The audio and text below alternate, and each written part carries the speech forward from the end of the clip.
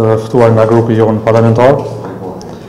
Ju e patë se sot për 6-ën herë është mbledhur Kuvendi në seancë konstituive për themelu Kuvendit të zgjedhur qeveri. Kjo ka qenë seancë që është kërkuar nga vetë koalicioni PAN dhe sot është dashur të ndodhin 2 veprime, të propozohet kandidate për kryetar të Kuvendit ose të deklarohen vetë koalicioni PAN që nuk e kanë shumicën në Kuvend. Koalicioni PAN nuk e dha propozimin për kryetar të Kuvendit, por si zakonisht kërkoi shtyrje të seancës. Kjo dëshmon përfundimisht që ata nuk e kanë shumicën në Kuvend. U bën 2 muaj që kërkohet shtyrje e seancës.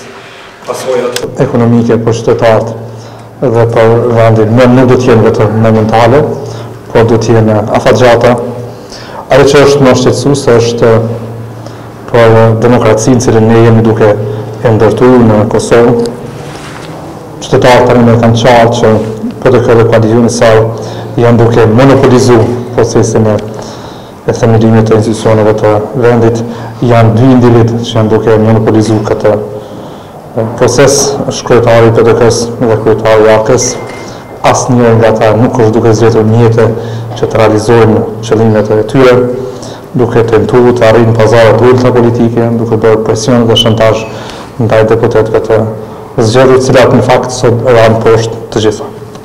Për ta sigurisht kjo nuk përzon problem, për ta është e rëndësishme të vinë aty ku kanë qëllimin. Me shtyrjen e seancës së sotme, vendi po vjen në krizë të thellë institucionale. Ne nuk marrim pjesë në seancat e ardhshme që do të organizohen, derisa nuk bëhet e qartë se si do të zgjedhen institucionet e vendit. Është për këtë çardhje që një grupim të politik i PDK-s, AK-s dhe nismës i kanë varur shpresat e tyre në themelimin e institucioneve në pazare të ulta politike për cilat po punojnë disa individ me bindjen dhe shantazhimin ndaj deputetëve. Kjo është fatkeqësi për këto forca politike, kjo është fatkeqësi për demokracinë edhe për shtetin e Kosovës. Shteti nuk bëhet në shantazhe, as në pazare të ulta politike. Institucionet nuk ndërtohen përmes këtyre formave, institucionet themelohen përmes marrëveshjeve mes të forcave politike. Nëse nuk ekzistojnë marrëveshje të tilla, atëherë lëshohet rrugë. Rrugë tjetër për themelimin e institucioneve të vendit nuk ka. Seanca si kjo sotme nuk duhet të përsëritet asnjëherë në të ardhmen. Është për këtë ardhje që fortoria e Kuvendit sot u shndru prapë në arenën e përplasjeve mes të Albin Kurtit dhe Kadri Veselit. Qytetarët e Kosovës nuk kanë nevojë për fjalor të tillë. Ne kemi pa këto në mandatin e kaluar përmes gazeve të sjellës, përmes sulmeve fizike, përmes fyerjeve, sharjeve që të shkaktuar nga vendosja nga AK dhe nga nisma në Kuvend. Tash këto 2 tabore politike, pra PAN dhe vetëvendosje, po shfrytëzojnë prapë Kuvendin e Kosovës për motive të ulta politike të tyre.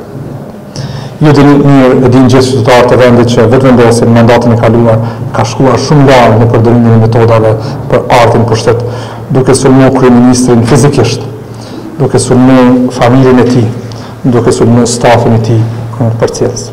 Asnjë qeveri nga viti 99 e këndej nuk ka qenë më shumë e sulmuar se sa qeveria Mustafa.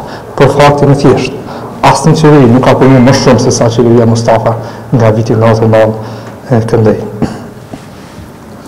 Ju keni pa përpjekjet e paprezidentëve vendosës që të sigurojnë mbështetje popullore për të ardhur pushtet me çfarë do mjeti, duke mos zgjedhur asnjë formë.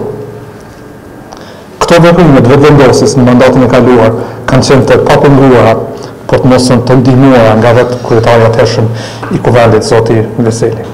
Ai ka koketuar atë në vetëvendosjen, njëjtën gjë është duke bërë edhe tash.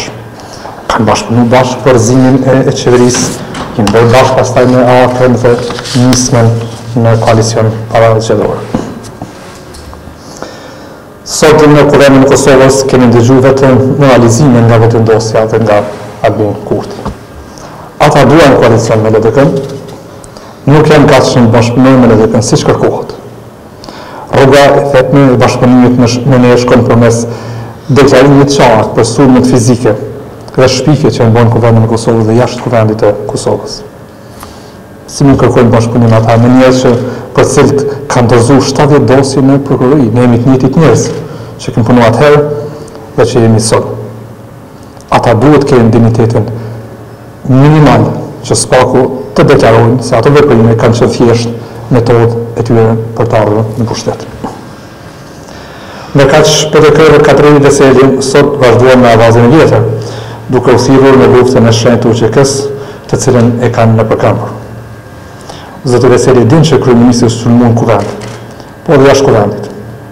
Brenda Kuvendit, zoti Veseli nuk ka ndërmarrë asnjë veprim për të penguar sulmin ndaj kryeministrit dhe anëtarëve të qeverisë.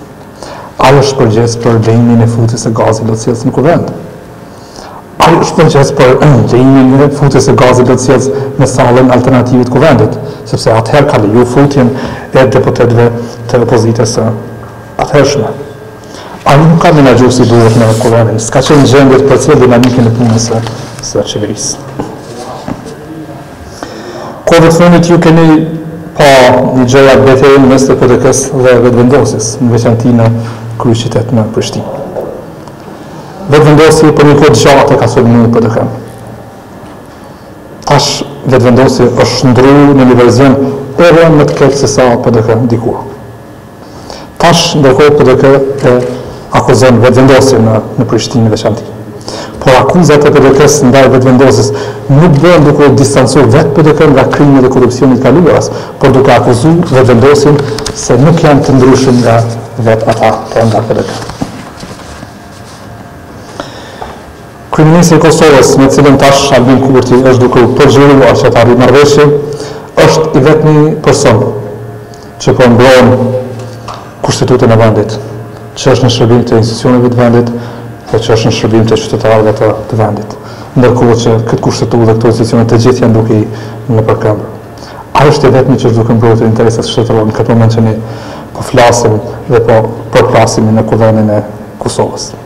Qeveria në detyrë që udhëheqet nga kryeministri Mustafa, po kujdeset për funksionimin normal të institucioneve të vendit, duke ofruar gjitha shërbimet e nevojshme për qytetarët, duke mos u ndjej që vendi është në krizë institucionale, sa përket shërbimeve që duhet të ofrohen për qytetarët. Ndërkohë që ne po flasim ai kujdeset për ekzekutim të buxhetit, për të paguar pensionistët dhe familjet me asistencë sociale, për të paguar veteranët e luftës, për të paguar pagat për 80.000 persona që janë në sektorin publik, por për të paguar pagat për 120 deputetë të Kuvendit të Kosovës që tash e dy muaj po flasim në sallën e Kuvendit. Ne, si LDK dhe si koalicion, jemi të vendosur që të mos në shumë rrugë për ata që duhen të vinë pushtet përmes dhunës ose përmes shantazhit ndaj deputetëve. Ne jemi të vendosur të mbrojmë kushtetutën e vendit. Jemi ata që kemi shkruar versionin e parë të kësaj kushtetute 27 vite më parë. Qytetarët e Kosovës duhet të jenë sigurt se vetëm një qeveri që mund të themelohet në Kosovë është qeveria që përcaktohet nga LDK dhe qeveria që udhëhiqet nga LDK. Kjo për arsye të thjeshtë sepse vetëm LDK dhe koalicioni që udhëhiqet nga LDK mund të ofrojë vendit një qeveri normale, një qeveri që ka partneritet me miqtanë ndërkombëtar, një qeveri që siguron integrimin evropian, zhvillim ekonomik dhe luftë pa kompromis kundër korrupsionit. Ju falenderoj për vëmendjen.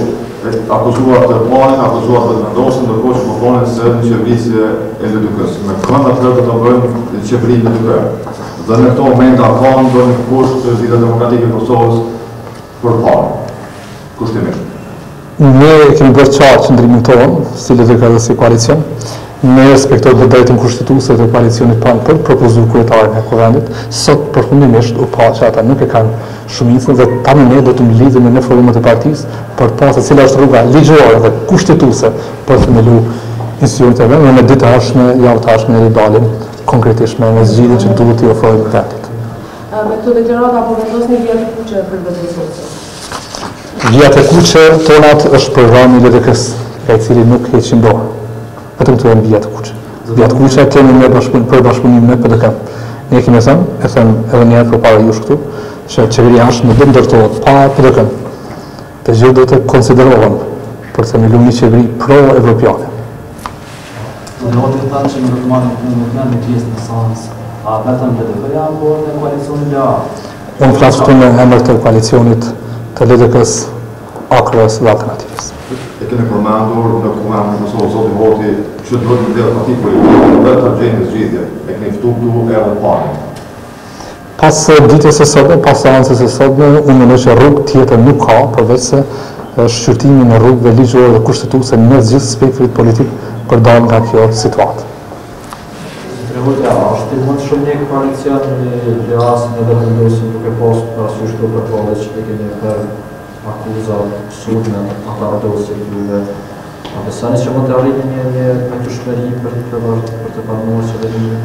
Ne jemi të hapur të punojmë në atë drejtim, sa po të vijë momenti për të ulur dhe për diskutuar në atë drejtim, ne do të konsiderojmë atë. Ne kemi kushtet tonë, ne kemi programin tonë, ne kemi çastin tonë dhe kemi vlerat, parimin mbi të cilat ne mund bashkëpunojmë me vetëvendosin dhe me subjekte tjera. Faleminderit.